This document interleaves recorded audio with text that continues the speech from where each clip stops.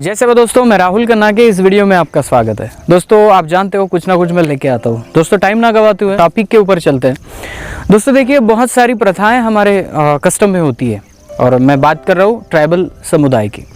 चाहे वो हो मुंडा हो, संताल हो, गोंड हो, उराव हो, भिल्ल हो, कोरकू हो, कोई भी समुदाय हो, उनमें हमें बलि प्रथा नज़र आती है।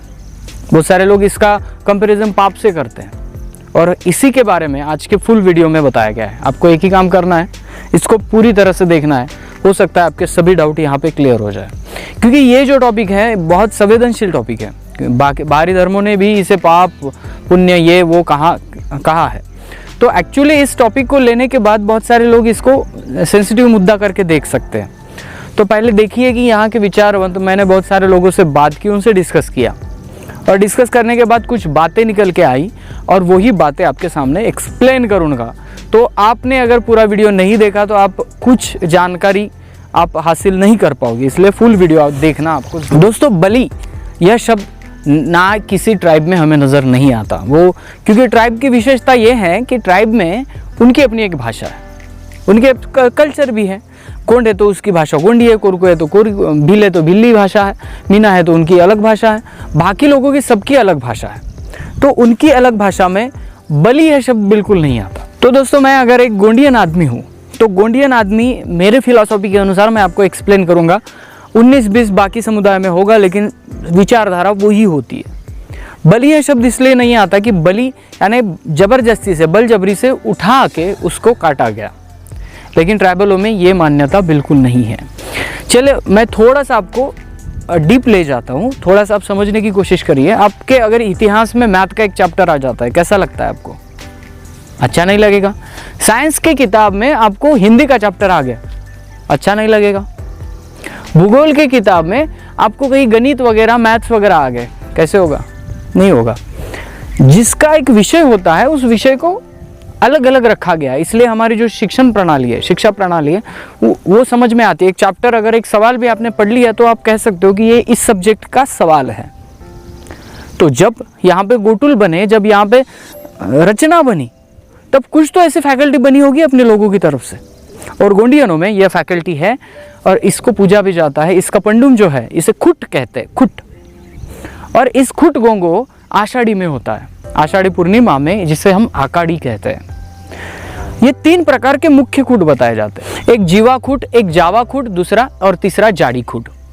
अभी मैं इसको थोड़ा सा एक्सप्लेन कर देता हूँ। जीवा खुट उन विषय में है जो इस प्रकृति में रहने वाले छोटे से लेकर बड़े से जीव तक, जो सजीव है, पेड़ है, पौधा है, कीटक है, प्राणी है, मैं हूँ, आप है, सभी प्रकार के जो भी सजीव है उस जीवा खुट में आ गए। जावा, जहाँ जावा यह शब्द पेज के लिए नहीं है, तो जावा यह शब्द है अन्नकूट।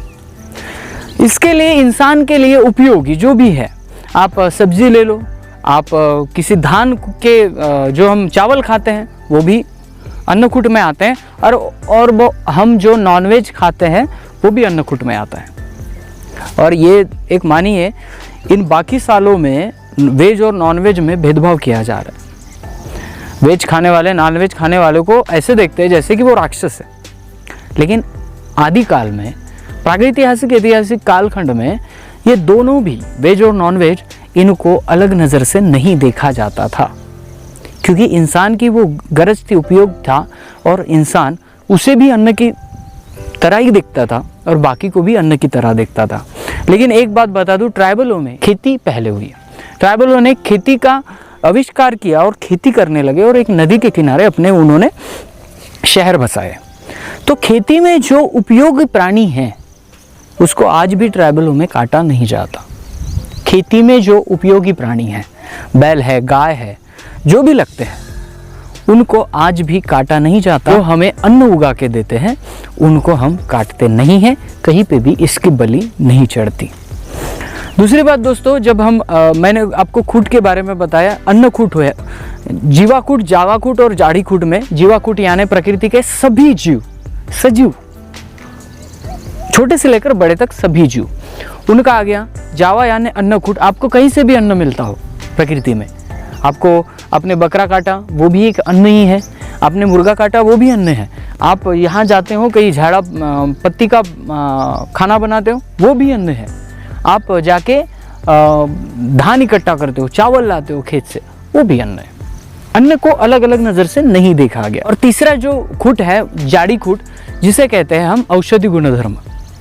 इस धरातल पर बहुत सारी औषधियाँ जाड़ी बूटी है और वो पहले के लोगों को पता भी था कि कौन सी औषधि किस पर लगती है, और इसलिए इसको भी एक खूट में डाला गया जिसे जाड़ी खूट कहते हैं। आगे चलकर ये शब्द जड़ी बूटी बना और ये लोग वेद मिलाकर इसे आयुर्वेद बना दिए।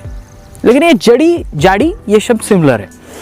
इसके बाद दोस्तों हम चलेंगे, ये बुजबन होता है। एक्चुअली यह जो बलि शब्द है ना, बलि शब्द ट्राइबलों में नहीं है, गोंडी लोगों में। अगर हम डिक्शनरी छाने बलि का अर्थ क्या निकलता है तो पुंजा निकलता है, और इसका अगर हम नेम करते तो ये पुजबन हो जाता है। पहले से ट्राइबल लोग हमेशा से, अगर मैं खुद का उदाहरण दूं तो दोस्तों मेरे शादी में जब मुंडा लाना था, किसी पेड़ की टहनी को लाना था, तब मेरे मामा वगैरह उस मुंडा लाने के लिए जंगल में गए। तो उन्होंने उस पेड़ की पहले पूजा की, प्रार्थना की कि हम आपसे कुछ ले रहे हैं, और पूजा करने के बाद वो पेड़ पर चढ़े, उसकी टहनी काटी और मेरे शादी के लिए लेके आए।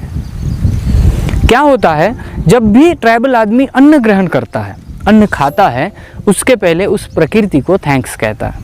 उस प्रकृति को हाथ जोड़ के नमन होता है कि तुम हो अन्न खूट, धन खूट, ये जो खूट बनाए हैं, ये खूटों से मुझे अन्न आ रहा है, तो मैं आपका आदर करता हूँ।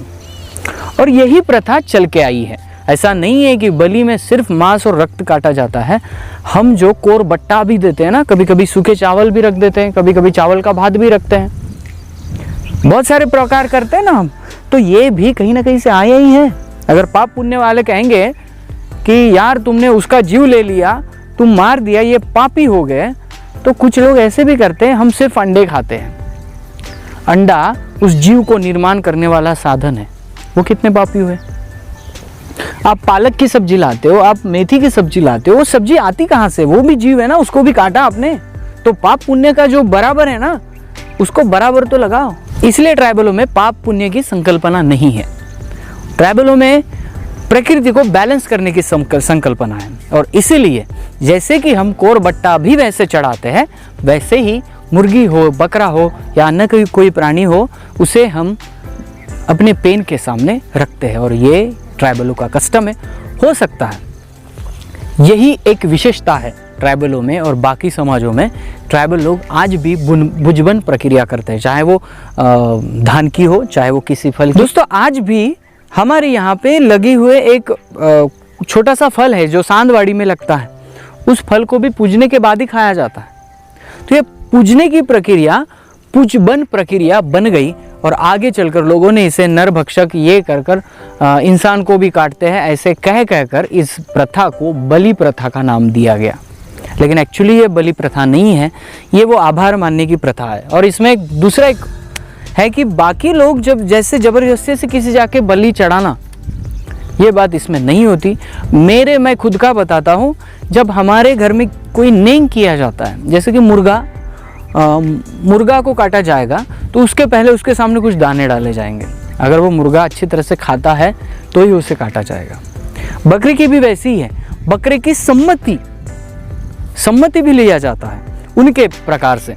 जैसे कि आप बकरे को सामने खड़े करते हैं, 15-20 मिनट बकरे की तरफ देखा जाता है कि क्या वो सही में मुंडी हिला रहा है, नहीं हिला रहा है। अगर नहीं हिला रहा है तो छोटा सा कान का जो ये होता है वो काट के उस बकरे को छोड़ा जाता है। बाकी लोग बोलेंगे कि सर छोटे मुर्गी के छोटे पिल्ले भी छोड़े जाते हैं, लेकिन उसको काटा नहीं जाता। जहाँ पे पेन खरा है, उस पेन खरे पे उस मुर्गे को छोड़ा जाता है। ऐसी भी प्रथा है। तो दोस्तों ये जो नियम मैं आपको बता रहा हूँ, ये नियम इसके लिए बता रहा हूँ कि बलि प्रथा के बारे में बहुत सारे लोगों के दिमाग में पाप और पुण्य ही भरा है। ऐसा कौन आदमी है इस दुनिया में जिसने पाप नहीं किया? मुझे बताइए। आप अगर पाप पुण्य की थ्योरी आप हमारे सामने रख रहे हैं, तो मुझे बताइए कि ऐसा कौन है दुनिया में जिसने पाप नहीं किया? अगर ये छोटा सा पौधा है, इसको मैं अगर अब भी तोड़ लूँ, ये पाप नहीं होगा?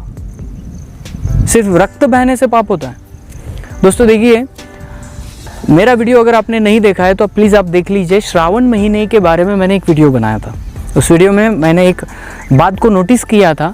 वो बात ये है कि जिस भी प्राणी का एक मौसम होता है, सभी प्राणियों का एक मौसम होता है, जिस मौसम में वो ज़्यादा से ज़्यादा प्रेग्नेंट होते हैं, ज़्यादा से ज़्यादा अंडे देते हैं, और उस मौसम में ट्राइब आदमी उस प्राणी को खाने की कोशिश नहीं करता।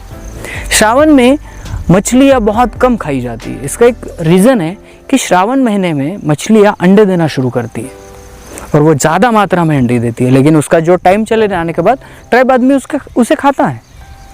श्रावण महीने का ये एक भी कारण होगा कि ये जो मच्छी आहार नहीं किया जाता। ऐसे ही हर मौसम में कोई ना कोई प्राणी अपने मौसम में अंडे देना, गर्भवती होना, ये सब चलता है, तो उस मौसम में उस प्राणी को नहीं खाया जाता। इसका मतलब ये है, हम खाते हैं ज़रूर, हम मांस भक्षण करते हैं ज़रूर, लेकिन उस प्राणी का वंशवेल विस्तार को बाधा नहीं पहुंचाते। उस प्राणी को भी उसके आने वाली पीढ़ी को आने देते हैं। इसलिए तो मैं कहता हूँ हमेशा कि ये बीज बचाने का जो कंसेप्ट है ना, वो ट्राइबलों के पास है। बीज नहीं बचाओगे तो क्या करोगे आप? आपने ये वो कर दिया, मट बता दिया, आपने कह दिया कि इसमें ये डालो, उसमें वो डालो, अरे वो पेड़ों की प्रजाति ही नहीं बचेगी तो आपको गुणधर्म, उसके औषधि गुणधर्म कहाँ से मिलेंगे? और ट्राइब आदमी हमेशा उस बीजों को बचाने की कोशिश करता है। सो एक लास्ट का महत्वपूर्ण पॉइंट ये भी है कि जो बलि प्रथा है, जिसे बुजबन कहते हैं हम, बुजबन प्रथा में एक और किया जाता है कि हमारे जो मेरे दादा है, दादा ने कहा था कि बेटा हमें बकरे का काम है तो हम बकरा चाहिए, लेकिन बकरा वो चाहिए जो बकरा पूरी अपनी जवानी जी चुका है। देखिए दोस्तों कि कोई भी प्राणी अपना 70% जीवन जी चुका है, उसके बाद ही उसको बुजबन प्रक्रिया में लाया जाता है। और छोटे, मैंने कहा ना, छोटे जो पिल्ले होते हैं उसको अगर छोड़ने की कई प्रथा है, बहुत सारे ट्राइब में है, तो वो भी जिंदा छोड़ दिया जाता है, उसे जीने दिया जाता है, उसे काटा नहीं जाता। किसी भी प्राणी को, जैसे हमारे यहाँ पे मुर्गा अगर हमें खरे पे ले जाना है ना, तो हमारे पिताजी भी बोलते हैं कि मुर्गा ना बड़ा चाहिए, थोड़ा बड़ा चाहिए और उसकी उम्र भी ज़्यादा चाहिए। छोटे मुर्गे को काटा नहीं जाता, छोटे मुर्गे को उसकी जवानी जीने दी जाती है।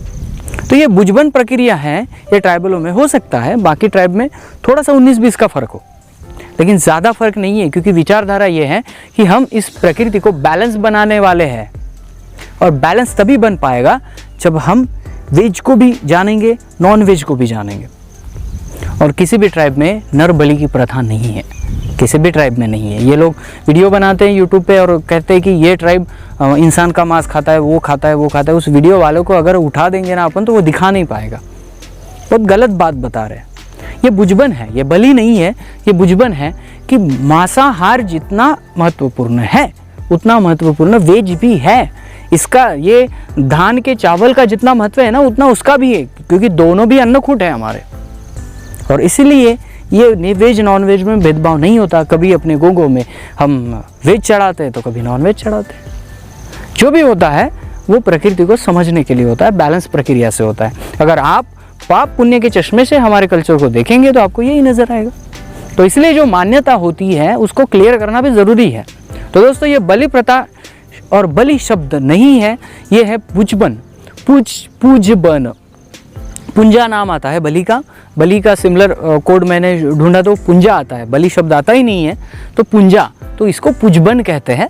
और ये प्रथा बहुत सालों से आज भी जारी है और आगे भी जारी रहेगी, क्योंकि ट्राइब की एक अनोखी विशेषता है कि वो अलग मान्यता के, अपने फिलॉसफी के अनुसार जो उसके गोंगो है, उसके पेन पुरखा है, उसको वो चढ़ाता है। यहाँ पे पुजबन किया जाता है, जहाँ पे किसी प्राणी को दिया जाता है।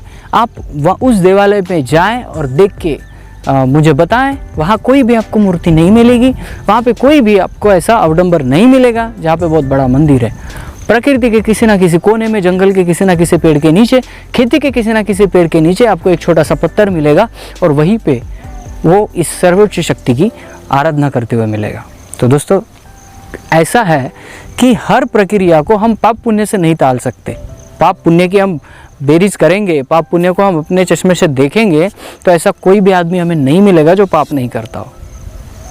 फिर तो वो पाप ऐसा हो जाएगा कि हम अगर किसी धान के पेड़ को काट के धान भी ला रहे हैं ना घर में, वो भी पाप कहलाएगा।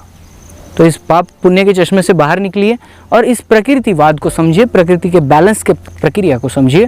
तब जाके आपको समझ में आएगा कि ट्राइब में जो पूजबन प्रक्रिया होती है, जो बलि प्रक्रिया होती है, वो जो फिल्मों में दिखाते हैं, किताबों में लिखते हैं, उससे कुछ अलग है।